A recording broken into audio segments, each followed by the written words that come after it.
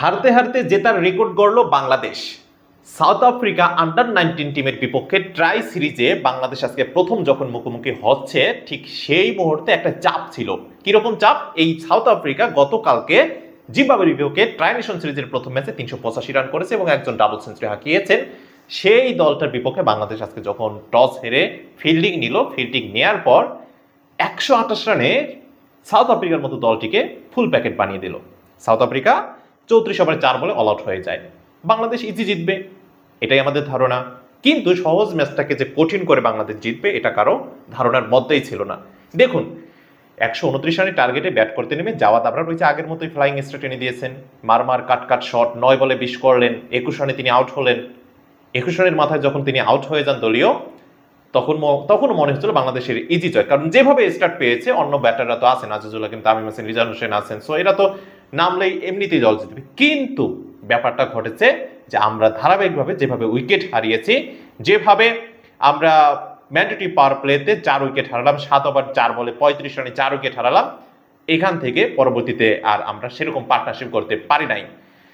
35 রানে চতুর্থ উইকেট হারানোর পর 53 রানে পঞ্চম উইকেট, 59 রানে ষষ্ঠ উইকেট, 90 রানে সপ্তম উইকেট, 97 রানে অষ্টম উইকেট এবং 109 রানে নবম উইকেটের পতন ঘটে।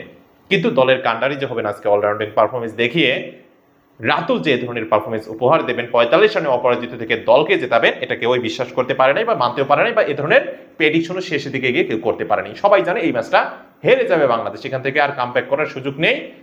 কামব্যাক করার তো সুযোগ আগে আমরা নষ্ট করে ফেলেছি। কিন্তু শেষ পর্যন্ত সামিউন বাসির রাতুল 5টা পার্টনারশিপের অবশ্যই একজন অন্যতম সেরা নায়ক। শেষ পর্যন্ত দল জেতার নায়ক, ম্যাচ সেরা হয়েছেন সামিউন বাসির রাতুল। 38 বলে 45 রানে অপরাজিত ছিলেন, 7টি 4 একটি ছক্কা হাঁকিয়েছেন। সো ফাইনালি বাংলাদেশ 28 ওভার 4 বলে 129 করে 9 উইকেট হারিয়ে 1 উইকেটের জয় নিয়ে মাঠ ছাড়তে সক্ষম হয়। আজকের ম্যাচে ফাহাদ তিনি অবশ্য 4টা উইকেট নিয়েছিলেন। হ্যাঁ, ফাহাদ তিনি 4টা উইকেট নিয়েছিলেন এবং তিনি কিন্তু সাউথ আফ্রিকাকে আটকে রাখার জন্য যথেষ্ট ভূমিকা পালন করেছেন এই 128 রানের মধ্যে। ফাহাদ, এমডি আল ফাহাদ বা মোহাম্মদ আল ফাহাদ 10 ওভারে 1 মেইডেন 32 রানে 4 উইকেট, ইকবাল হোসেন 5 ওভারে 30 run 1 wicket, Rizan Hossain 5 over 1 maiden 22 run wicket নেই। সামিউন বাসির রাতুল যে ছেলেটা ম্যাচ জেতালেন, যে ছেলেটা অপরাজিত থাকলেন 45 রানে, এই ছেলেটা 4 ওভারে 1 মেইডেন 17 রানে 2 উইকেট নিয়েছিলেন। 2 wicket plus match winning 45 runs unbeaten. ভাবা যায়। অপরদিকে স্বাধীন ইসলামের প্রশংসা করতেই হবে, 4 ওভার 4 বলে মাত্র 5 রান খরচ করে 1 মেইডেনের পাশাপাশি 2 উইকেট শিকার করেছেন। সো দুর্দান্ত বোলিং করেছিলেন leg break bowler. And Azizul Hakim Tamim দলের ক্যাপ্টেন বোলার হিসেবে 6 ওভারে 20 রান খরচ করে 1 উইকেট শিকার করেছেন। ইকোনমিক রেটটা তারও ভালো ছিল।